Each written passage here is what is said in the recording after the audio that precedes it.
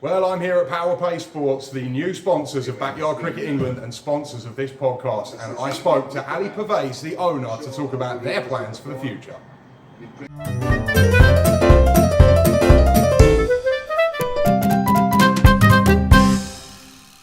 Well, hello ladies and gentlemen, we've got a very special guest here today. It's my pleasure to introduce Ali Pervez. Ali, we've got the BCE boys behind us here having a practice. Do you want to tell us where we are? So where you are right now is PowerPlay Indoor Cricket Centre. Alex has got one of our bottles which we handed out, and this has been something I've been wanting to do for years and years and years, but there's just no cricket-based facility in the area. You can go to a boxing facility, you can even find a trampolining facility in the area, but you won't find one for cricket. And I understand why. This area has some ridiculous costs for property and things like that. So there's a lot of these businesses up north, there isn't so much down here. It's something I've wanted to do since I was in a batting cage in San Diego years ago, thinking, we just put some money in here, we hit a ball, why can't we do this with cricket? Obviously cricket's a little bit more complex, there's a lot more involved, but we've taken a lot of time. It took us 2,000 sites before we found number 2001 to find the right one which had the right sort of length on it, the right width and the right height. So yeah, it's been a very tough road to get here, but I couldn't be happy with how it's turned out. Yeah, so this is obviously your dream, this is your place, you own it. Yep. What are you looking to get from this then? What is the goal? I always thought backwards, and I thought that if this was here 20 years ago, I'm 40 now, but if this was here 20 years ago, we'd have cricketers who would, and I'm confident in saying this, that we have cricketers that are playing at a better level. Here we have a dedicated space for indoor cricket. Cricket is only played, March, April till September. So there's a lot of time when no one plays any cricket. So we needed a facility which was premium level. And the key thing which I found in cricket practice is sometimes cricket training and nets isn't that productive. No, I think we feel the same, hence why we've opened up this space today. And I think we agree with that. It can turn a bit social. Cricket has a social side, that's all good and well and good. But I wanted somewhere with really focused training, where we have the correct machines, we have the correct coaches, we have the correct equipment, we have the correct layout for the flooring, especially for indoor cricket. So I want to be able to think in 10 years' time, 12 years' time, that people who have trained here have played at a better level than they would have without this place. Which is obviously a very wonderful ambition to have. And I'm delighted to say our big announcement for this episode of the podcast is that Ali and PowerPlay are going to be sponsoring our tour of Luxembourg. They are our exclusive sponsors for this trip. We are delighted to have you on board. Do you want to tell us a little bit about why Backyard Cricket, why us, and why you chose to do this? I couldn't be happier. We want to work with all small sports backgrounds, and Backyard Cricket here completely different from what you watch on the TV. Even 100's a bit crazy, but this is completely different. So going into working with a team that travels around the world and brings a completely different look onto cricket. You know, these guys are playing back here. There's no pads involved. There's no box involved. You can just turn up and play, and you can have some serious fun with some real funky rules. So it's another derivative of cricket, let's say. I've known Alex for a long time at Woodside. Half the reason that I kind of play for Woodside is that it's the right mix of friendly banter, but we want to win. Yes. And I kind of find that with how you guys play here as well. How we approach you want to have this, fun. You want to have fun, but you want to win. And I think that's really, really key. I've played some places where it's about having fun, it's about giving others a chance, but you don't feel that fulfillment at the end of the day. Whereas even when I play with Woodside, and I've seen you guys play, I've played 1 or 2 games with you as well, win or lose at the end, I know I've had fun, but there's a bit of fulfillment that you get out of it, which you don't always get from other teams and other clubs. Backyard Cricket England in partnership with PowerPlay. Ali, why don't you show us around? Come around, come and have a look. Let's go. So Ali, we've had a look around, it's a fantastic venue. Tell me where we're standing now, what's around this place? What is PowerPlay all about? So where we are right now, we're in a bit of a relaxation area and a reception. We've got a cafe and a bit of a vending machine area behind us. This is where parents usually just sit and watch.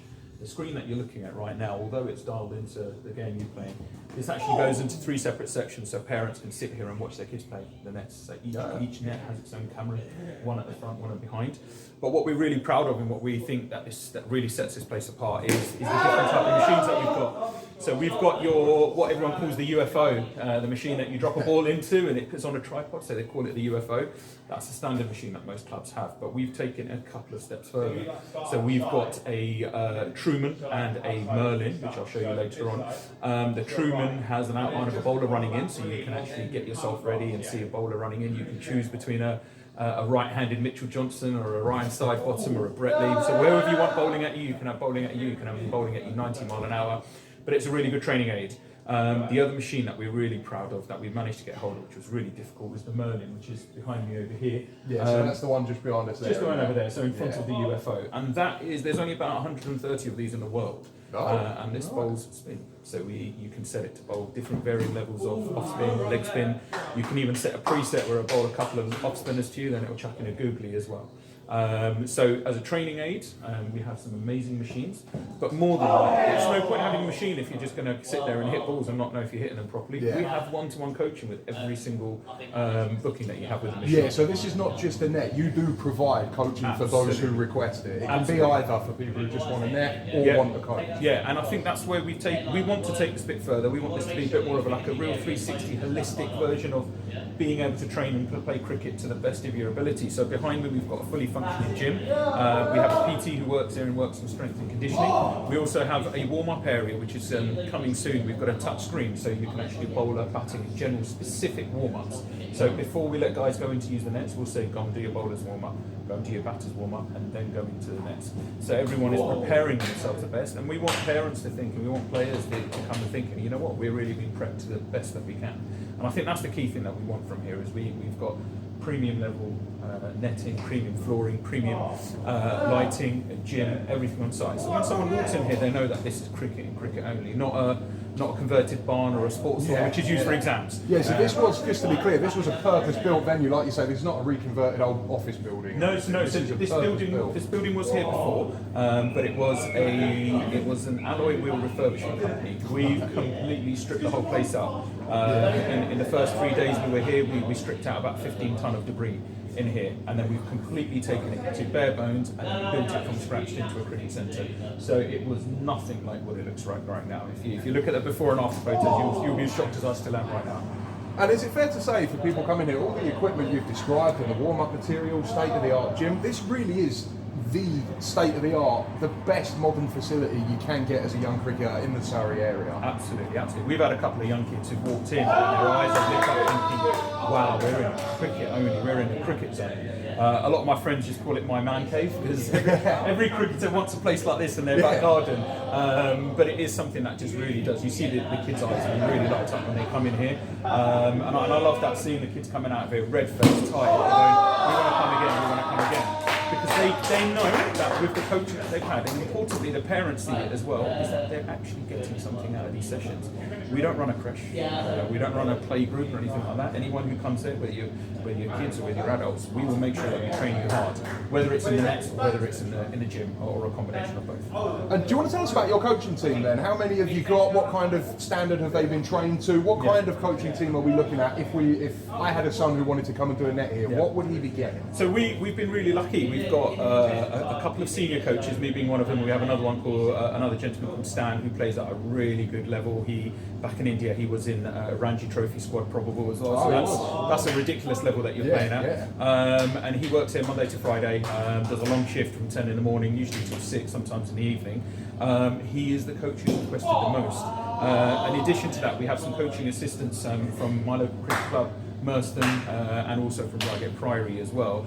And these are guys who have done some coaching. They've done their level 1s and level 2s. More than anything, they love cricket. We have one lad who just lives and breathes cricket. He will talk to you about his cricket bat, he'll talk to you about anything cricket related, and that shows in the way that he coaches as well. I actually use all of the coaches for my own sessions as well, so I'll use one of them at different times. Mainly just to test them out, but also to see, and I've found out how good they really are. So the key thing that we get out of all of them is they're really, really keen. We've got some young guys who are doing an odd evening shift around their college, a couple of guys who work Monday to Friday, and then they do a shift on the weekend for us as well. So we've got a varying level of coaches from guys who are slightly new into it, but they're really good with the kid sessions, to the senior coaches who are really will drill you down and do your one-to-ones with you. In addition to that, what we've got coming this winter is we've got 3 or 4 level 3 coaches. So level 3s are guys who are part of counties.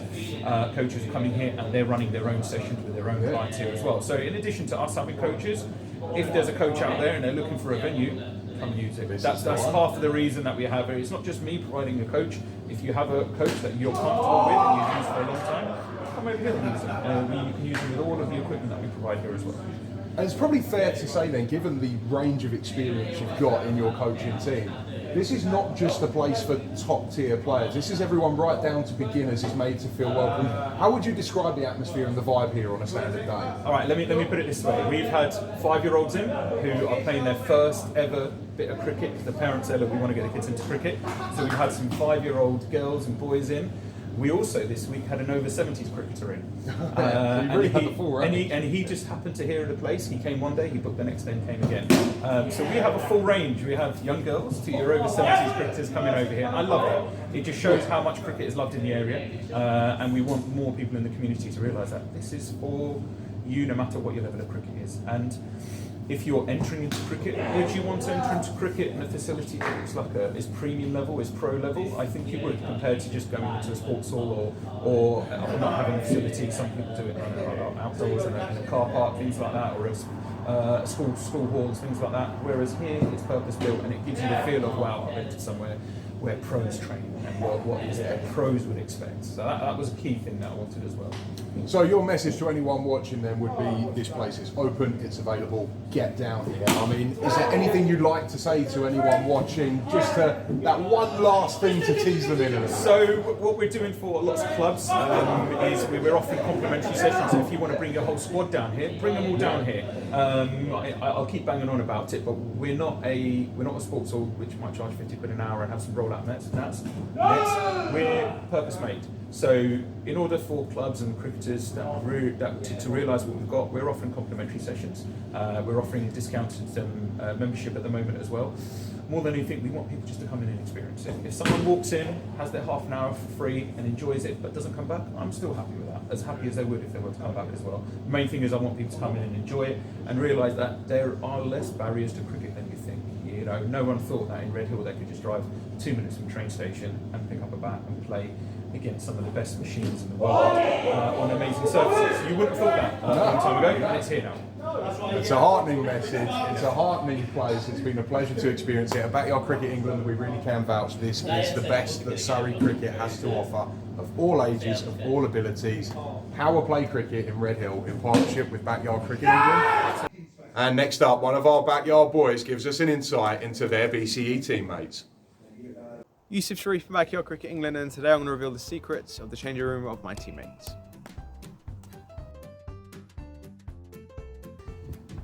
Who's the funniest teammate? I'll say Alex Smith. I reckon he's got great banter. He's very witty, really quick, and Alex Smith for sure. You know what? I'll probably go with myself with that one. I don't think many people can complain about that one. So yeah, me. Who's got the shortest temper? Sam Dennis. I mean, did you see those back throws? Fucking replay, that's fucking it there. Who's the most obsessive about their game? I'd say Alex. Who's the batsman that I'm most afraid of? It's between 2 players, and it's between Alex and Ricky. But I think Ricky just edges it. But they're both run machines, and yeah, great players. Scariest bowler's face, Ewan McGregor. Got me out loads of times, so yeah. Who's the best sledger in the team, or got the best chat? I reckon it's between 2, Jake and Alex, but I think Alex just edges it. They're both great witty people, but yeah, I'll give it to Alex. Ricky's one of them. Alex, Ewan, as I mentioned earlier, great bowler. And myself. I mean, do I have to pick one? Can I just say all 4? Ultimate big game player, without doubt, Ricky Borrett steps up in the big moments. Yeah, incredible. I'm going to back myself up and go with me. And now Alex is going to roll loads of clips of me dropping a catch. So there you go.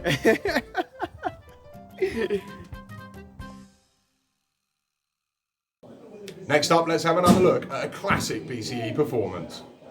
But what a good knock that is. Some of the best we've seen from Sam Dennis in backyard cricket.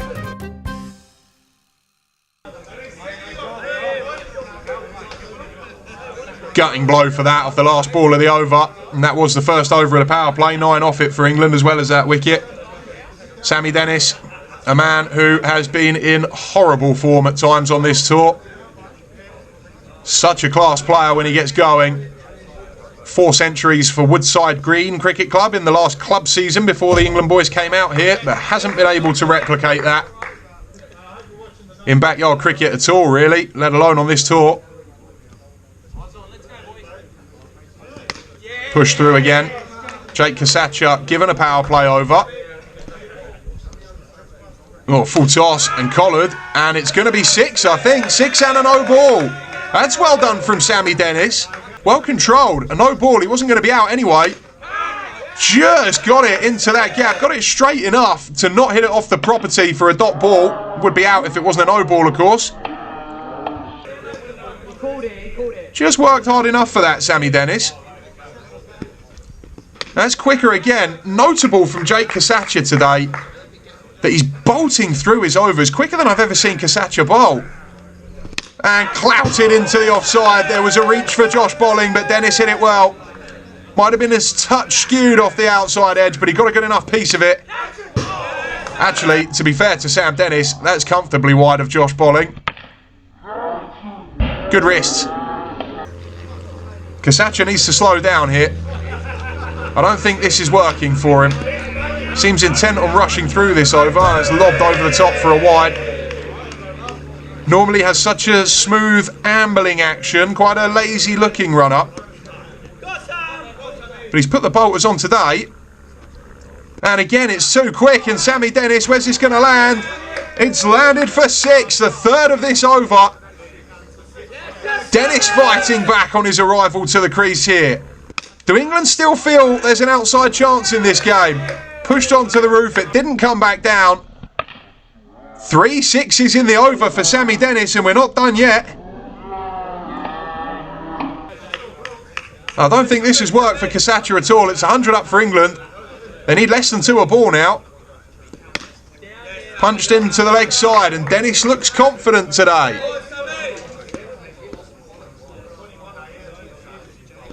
Into the leg side, it'll just be a single. He's had a bad bounce off the fence. He's unlucky there, Dennis. But a good over that one for England. Just trying to add that one up. By my count, that's gone for 22, that over. And it's Joel Wodjick, the new man for Australia, bowled a beautiful first over. Really, really dangerous, and took the big wicket of Yousaf Sharif. But Sam Dennis looks energised today. What can Wodjick produce? Clipped away into the leg side. He's hit that well, Sam Dennis. Well, this is a different player. This is not the Sam Dennis we've seen who's struggled throughout this tour.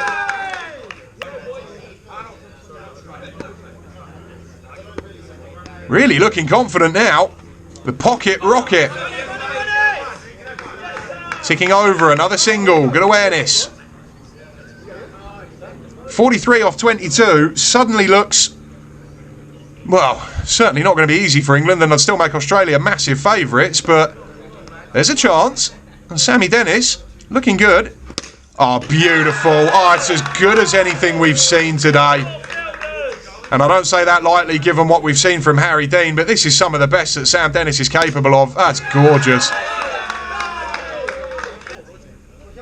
Joel Wodjick under pressure. Sam Dennis just beginning to change the look of this match. Purring into the crease now. Purring in to his innings. Wide from Wodjick. The danger is for Australia, as we've seen in the last few moments, the danger for the Aussies is that Sam Dennis is equally capable leg side and off. So it's hard to know what your line to him should be. And Wojcik just struggling a touch. And hacked into the leg side. It's 6 more. Sammy Dennis, the pocket rocket, the little maestro for England. Beginning to turn this game on its head here. In a matter of minutes, this game has a different complexion to it. England suddenly believe again. They've got good players to come. Captain and vice-captain, Smith and Borrett left to come.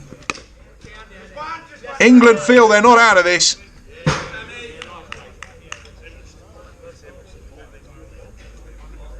Amazing, really, the speed of the turnaround.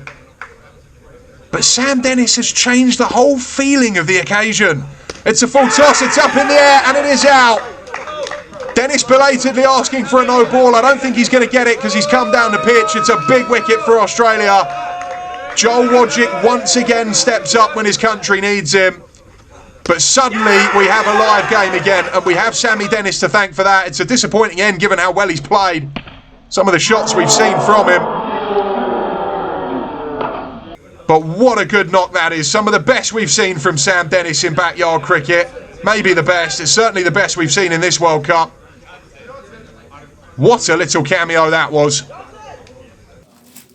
And we're going to take a change of pace now and have a quick look at our little winner stays on challenge. Callum Letts or Joel Wojcik? Joel Wojcik. Joel Wojcik or Liam McFarland? Joel Wojcik. Joel Wojcik or Gurpal Singh? Joel Wojcik. Because, I think out of all of them, he's just a good rounder, so he would be my pick.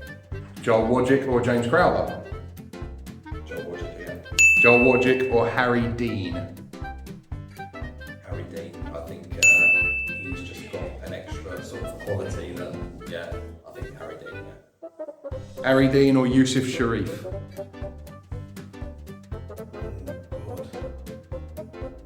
Yousaf Sharif.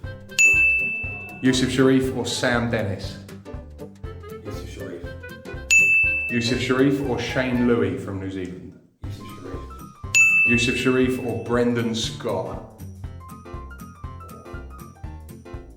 Brendan Scott.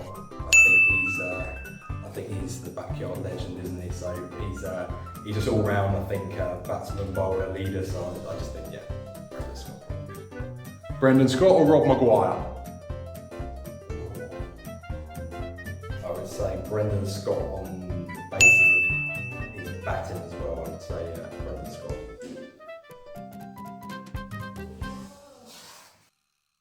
Well, we've got another interview for you now. Let's get to know one of our BCE boys. Well, hello everyone. Welcome to the Backwards Podcast Get to Know section. Today we're going to be meeting one of our newest and most inexperienced team members for the upcoming tour of Luxembourg. It's my great privilege to be joined by one of my oldest friends in the world, James Collins. Thank you for having me. Great to have you on here. Bud, how are you? I'm good, man. How are you? Yeah, very good, mate. Very good. And it is good to hear you're excited. So we are going to start with the obvious question. Why are you coming? A little bit of intrigue, a little bit of desperation by you guys, but I don't know, it's going to be a cool experience. I've always liked cricket anyway. We used to smash the what are blue sticks called? Quick cricket? Yep, Back in the day, in primary school, when we used to go to the Going back a long way, yeah. So for a bit of context here, James is an old primary school friend of mine. We've known each other since we were about, 4 or 5 years old, high school together and all this kind of stuff. He's never played a game of organised cricket in his life, except one, which we'll come back to. Okay. Come to this trip as a bit of a Hail Mary due to availability issues, and we're trying to get him involved in the backyard cricket, and he is on the Luxembourg tour, and we have just found our way back now from your second training session. How do you think it's been going? How's it been for you? I think it's been way better than I imagined it was going to be. I thought it was going to be a change. Is it fair to say you've been better than we had a right to expect? Yeah. I think I was expecting the worst. I know you So were the as rest well. of us. Yeah. I mean, I've scuffed a fair share of them, but I feel like This is batting. batting, bowling, walking, running, everything. I think you've done very well. Thank you, man. I think I'm shocked at how not shit I've been. Well, we still have plenty of training sessions to go before we go as well. It's all So gonna there's fall still the apart. chance. Is it possible we're looking at the next great cricket athlete? Could be, man. What's more realistic? What are you looking to get out of this trip then in Luxembourg? Obviously new to the game itself and especially new to backyard cricket. Yeah. What is in this for you? I personally, I want to have a good time with you guys, first and foremost. That's a guarantee. Yeah, and I don't know, I've always wanted to do more like organised sports stuff, because I've not really been able to do it for a long time, because obviously, you know, like I've got like a few arthritis diagnoses like in my early 20s, and it sort of scared me away from playing football. We used to play football together. Yes. And I think the backyard like setting makes it me feel a bit more comfortable to get involved with something It is like good that. for stuff like that. Yeah. Because of the small space, you don't have to do a lot of running. Less and a lot- running. yeah, it's a lot less intense Yeah. on the body. And obviously you mentioned there's what is it? It's a knee issue that you've got. Not every joint, my spine and every joint in my legs. Yeah. And lower hands. So again, I guess the question coming from that would be, does backyard cricket really then appeal to you in that sense, more than a normal cricket game would because Yeah. of the smaller size? Yeah, there's less room to rupture something. Yeah, less room to take you home in and out with us. Yeah, but there's always a chance. But You can try and get there. you are not totally unknown to the world of organised cricket. Mhm. One game under your belt, Oh yeah, the floor is yours, international cap, you could say. and possibly a second international A cap second coming up. international. Yeah, I you're don't- double international. Listen, I don't do things at home. I'm a Is drummer. that because you're banned from most places? Most places, yeah, I'm on tag in England. But outside, Tell us about the one game you did play then. The floor is yours. Tell the story of the game So- you did play. I did join the cricket team at my university. Which was? With a whole university cricket team. Shout out HUCC and that. But honestly, when you're a cricket team in a university, you don't play cricket because the cricket season is summer holiday. Yeah. So basically, when all the other teams are playing all the other like sports teams at university are doing like what's it called, bucks, and you play the other teams. Oh, yeah. Like you play like football, basketball against the other teams. The cricket don't have a game, so we just day drink. And then when everyone comes back from their games to drink on the Wednesday night, we just continue drinking basically. So that's what appealed to me. But I got roped into playing for them one time because they did a tour in Amsterdam against like some Dutch teams over there. And I was working in a pub in Hull in university, like where I was at university. And they came in, they were drinking before they were going, and they were like, James, someone just pulled out. I'm serving them beers, and they're like, someone pulled out. Are you free in the next 5 days? It's pretty much the same way you ended up on this tour. Yeah, they're like, do you want to jump in a van tomorrow at 8 a.m. We're driving to Amsterdam. Are you sure they were taking you to a cricket I tour? think they said cricket. Jump in my van to Amsterdam and come for a ride. I've never said no to a I've had that offer before. You should have said yes, bro. So I've jumped in. I managed to. I got like 4 days off work and just went there. I'm thinking I'm just gonna be having a good little free holiday and that. But I had to go play cricket, unfortunately. How was it? It was good. No, so like it's Amsterdam. I don't know if I can say. So people were smoking inside whilst they were filming and stuff like that. But I wonder what. yeah, smoking balls. And then. That's the phrase for the rest of the tour, by the way. But yeah, so I went in. I came in batting last. So we had an A team and a B team, and they put me in the B team, obviously. You would assume. So you'd assume, and you would be right to assume. And I've gone in last. So all of the team, the people that actually played cricket, like train and stuff, they've just got smoked, and it's just me, like last man standing. And I was, oh no, it wasn't last man standing. It was like you have 2 people left, and then when one of them goes out, it's Yeah, so you were the last guy. I was the last man standing. Yeah, but I remember because the A team, they finished their game, and then by the time I'm batting, they're like, oh my god, everyone, James is like, come quickly. They're getting the chest up, they're getting ready to laugh. And the first ball, I smashed it for a 4 with zero knowledge, just brute strength and frustration. I don't know. What are the chances of that happening in Lux? Can we walk you out to the middle and pump your first Yeah, ball? I'm gonna balls will be pumping all day over there. Well, this is going to be your first experience of bowling as well. Yeah, I you get haven't bowled. bowled before in that game, but you bowled for us. Yeah. And we have got the two balls here. So the test match, half taped red tape ball, and the limited overs fully taped white ball. How have you found those? Have you found a big difference between the two? Have you had any preference between them? How has it been bowling with something like this as opposed to like a real cricket ball? The swing on this poker ball here is crazy because and I always get confused. You can tell he's picking up the terminology really well. But also, you know the ones where it's got like a little hat on it too because it's been mashed up. Like that's what I don't enjoy. But like this, it's way more unpredictable. So it either looks like a dream shot that I've done, or it's just gearing up even worse. But you've done most of your training with that on this one, yeah. But I think I threw some of my best ones with this one today. Yes, yeah, you're doing very well with that today. There was a swing there. Yeah, it was moving. So that's just getting used to it and working out the maths of which way it's going to go. How have you found it batting against the pair of these? Right, we didn't do much. We didn't do much with this one today, but you did last time. Yeah, but it was in the dark, so I don't want to trust that. Yeah. Because I'm just the hard one to see in the dark. But yeah, the batting, I'm liking the batting. There's been some good signs. Yeah. I'm not going to spoil anything for the Luxembourgers, but there is one particular area where you're hitting them very well. That one I thought would be the worst. Which is surely going to play a big part in the highlights package at the end of this series. I hope so. I need to make the not deal or no deal, which is what. Well, I was about to come on to that. So obviously you've seen some of our videos, you've been introduced to them, so you know what we do.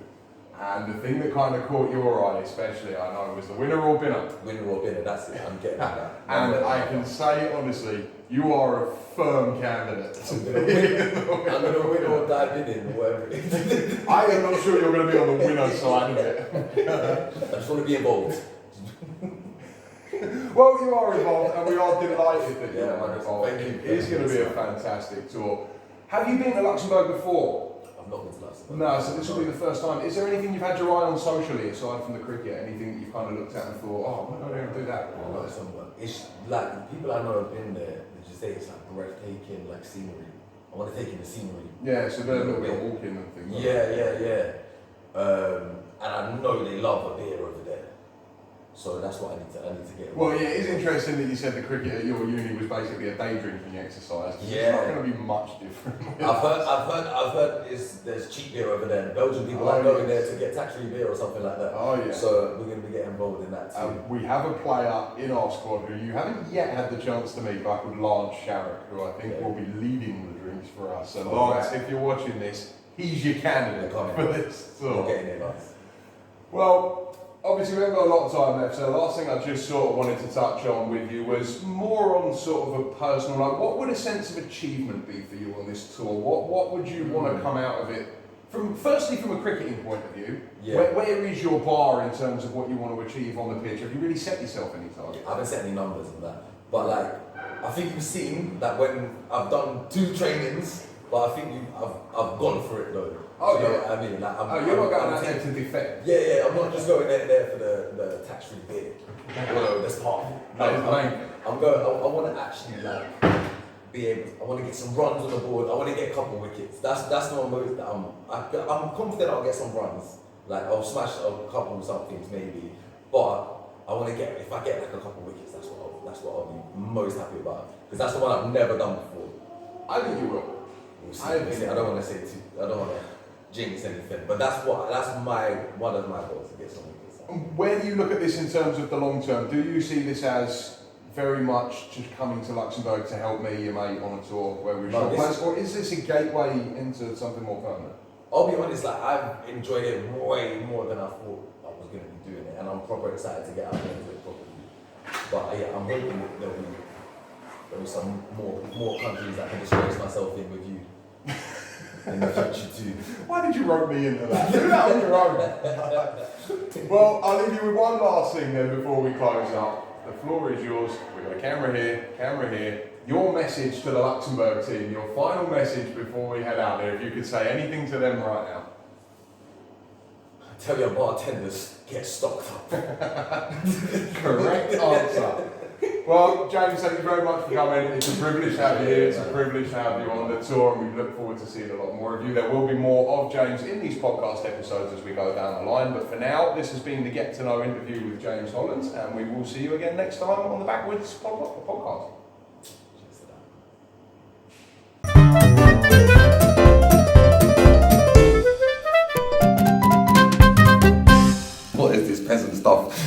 one.